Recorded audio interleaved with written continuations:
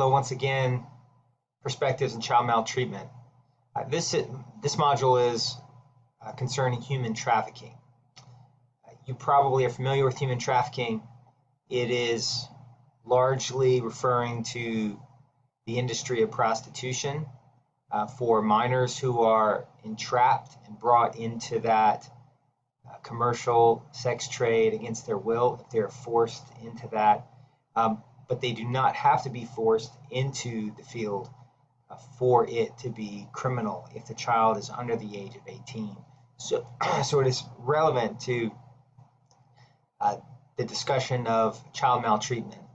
It involves the control, the commercial sale. It typically involves coercion and is highly criminal.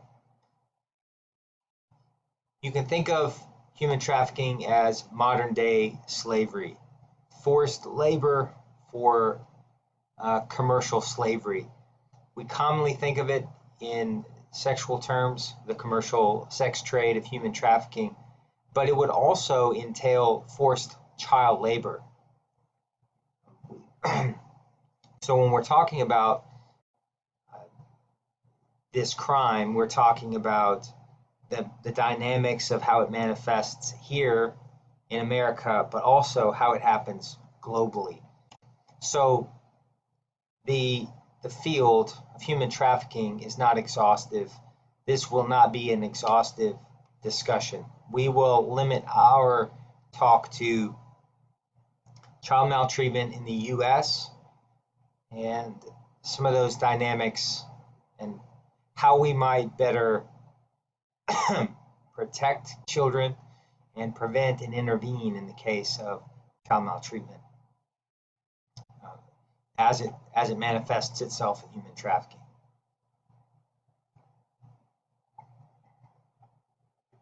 Let me first say that this can happen to anyone. Human trafficking really knows no boundaries of socioeconomic status, demographics, race, ethnicity. However, some are more vulnerable. Here are some risk factors. Recent migration or relocation. A poor family migrates to the United States, specifically if this family is undocumented. Traffickers will target undocumented children because parents may not have documentation for those kids. So those kids don't have Social Security, school records, birth certificate in this country, and so they may also feel the parents will be less likely to reach out to the police if they know they are undocumented. Substance abuse, a child, older child or teenager that is actively using illicit substances, street drugs, will then be pulled in, can oftentimes be pulled in. They're at great risk for human trafficking. Mental health concerns. Children may have a host of mental health issues that might make them more a greater risk for trafficking. Runaways and homelessness. These are oftentimes risk factors that children will be roped into human trafficking. We think of the traffickers as those that would leverage these vulnerabilities. I was watching a human trafficking documentary several years ago, and they mentioned that crack cocaine is a gateway to human trafficking. Because if, in our context, if young teenagers are using this drug, then a trafficker will leverage their addiction. They will say, well, with the proceeds of this illicit sex work, I will supply you drugs. And so that really keeps the child, adolescent, teenager dependent on the trafficker. And this holds them in this cycle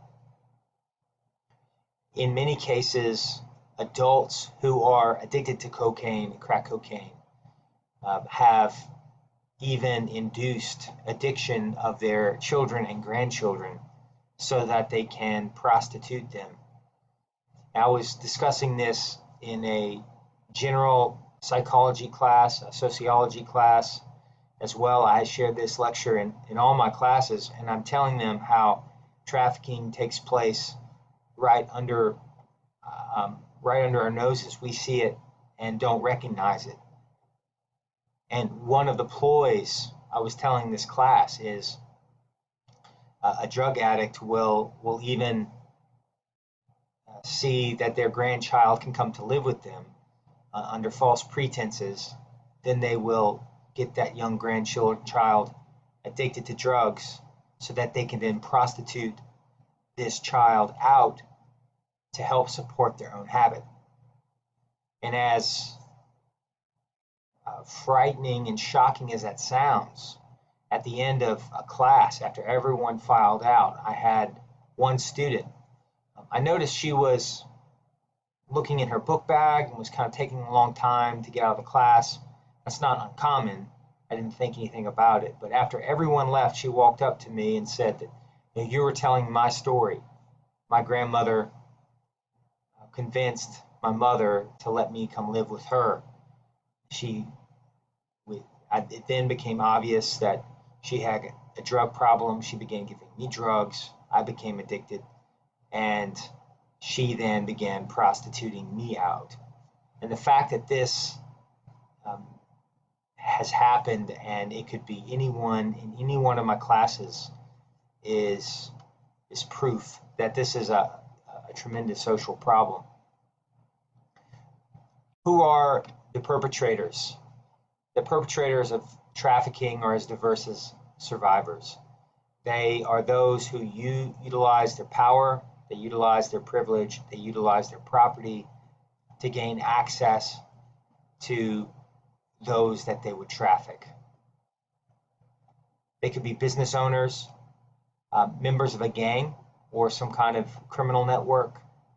Could be parents or family members of the victims. Powerful corporate executives such as Jeffrey Epstein, and government representatives. Lots of high-profile government entities have been implicated along with Jeffrey Epstein, and he obviously had quite a lot of help to keep this going. He's now deceased, but Ghislaine Maxwell was his former girlfriend, was his right hand, and being female, she gained access to young females that together they then would assault and traffic. So how does someone become a victim of human trafficking? How do the traffickers gain control of these young people?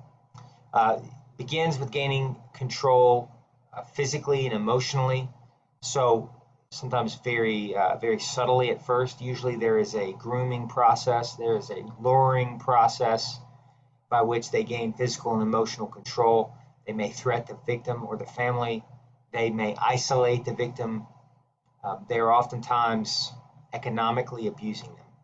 So these trafficked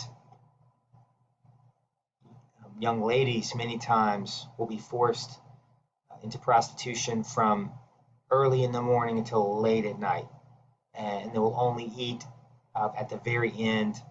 So they really are held captive in every single asset, every single facet of their life.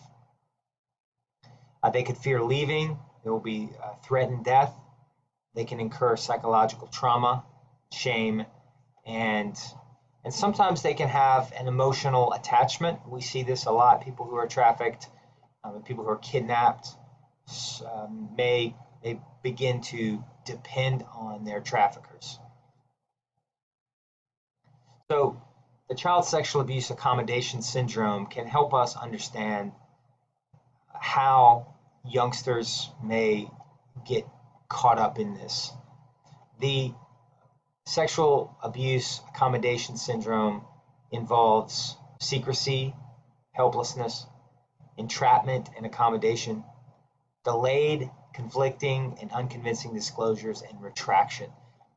So this was a seminal article that came out, and this acronym has helped child advocates explain to jurors that it is not uncommon for those who are sexually abused and those who are kidnapped and even trafficked to sometimes go through some complex and nuanced dynamics.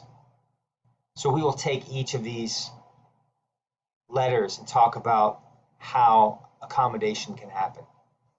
When a child and perpetrator are alone, we see that abuse happens in secrecy. Secrecy is a source of fear. Bad things can happen, and bad things do happen, and secrecy is necessary for the bad things to continue.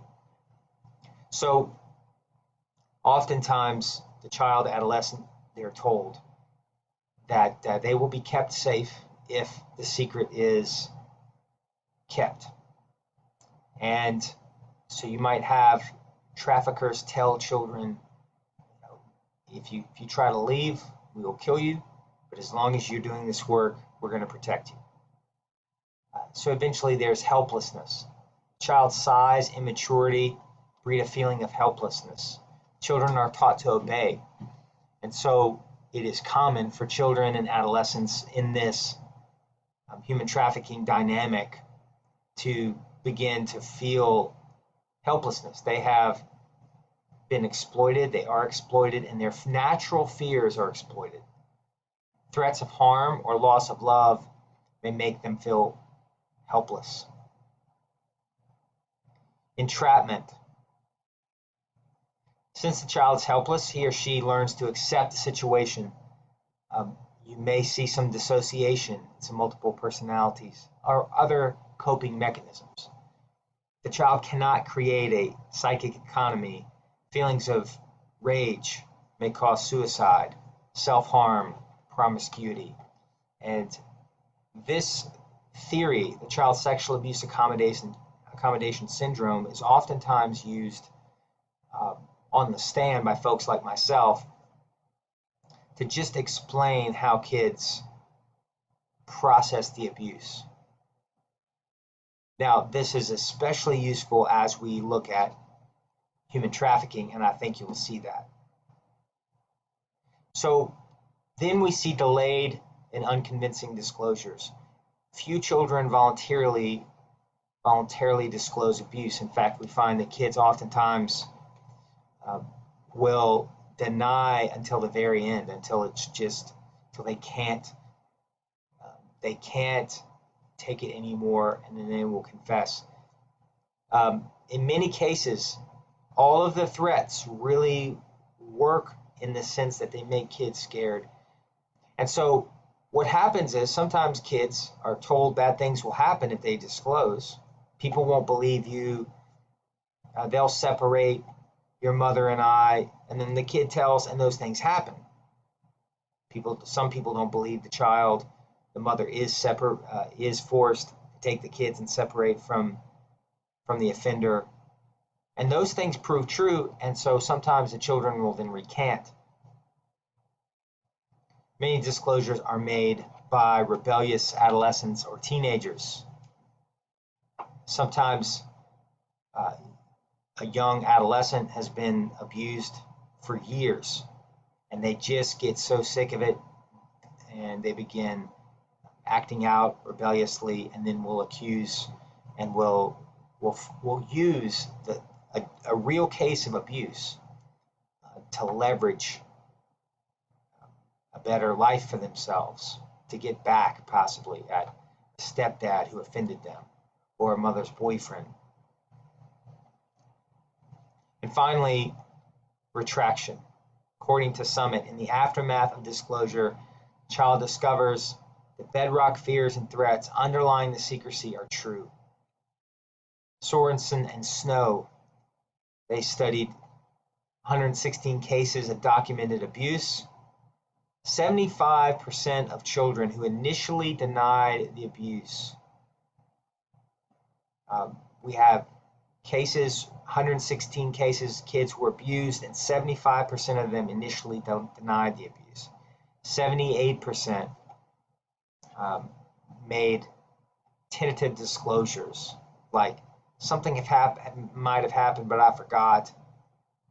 96% made an active disclosure, but 22% of them recanted.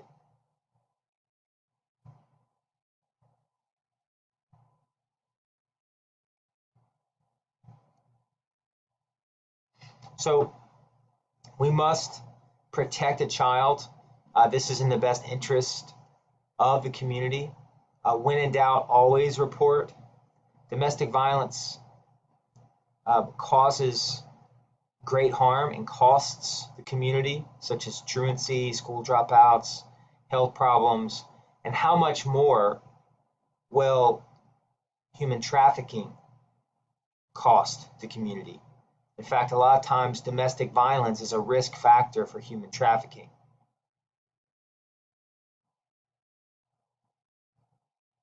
Suicide attempts. When kids witness domestic violence, they oftentimes will be more prone to suicide and criminal behavior and drug and alcohol problems, and even early adult unemployment, and can in turn be very vulnerable to human trafficking. So what becomes of survivors of human trafficking? We hope that they become survivors because of resilience. Every race is impacted, all ethnicities are impacted, and every race and ethnicity of children are open to some form of child maltreatment. We see that specific ethnic groups are particularly at risk. In 2017, Polaris operated a national human trafficking hotline. So it's the Be Free text line. Here, they found that they could get direct reports of human trafficking. So in terms of individual victims, 10,000. 5,000 implicated traffickers, and even businesses were implicated, being a business as a front for a human trafficking operation. Human trafficking is notoriously underreported. These numbers are likely to be only a fraction of the real problem.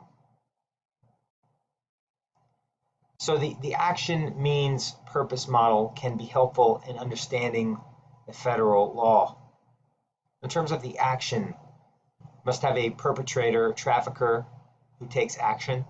He employs a means of force, such as fraud or coercion. And then the purpose, compelling the victim to provide commercial sex acts, labor, or service. At a minimum, one element from each column must be present to establish a potential situation of human trafficking.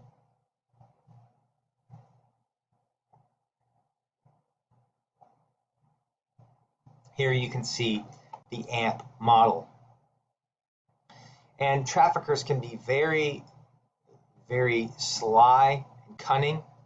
A lot of teenagers are being targeted through social media. Someone befriends a young teenage girl and convinces them to run away with them, and the teenager thinks that this person is a boyfriend, only to find out that this supposed boyfriend is a trafficker. This has happened time and time and time again.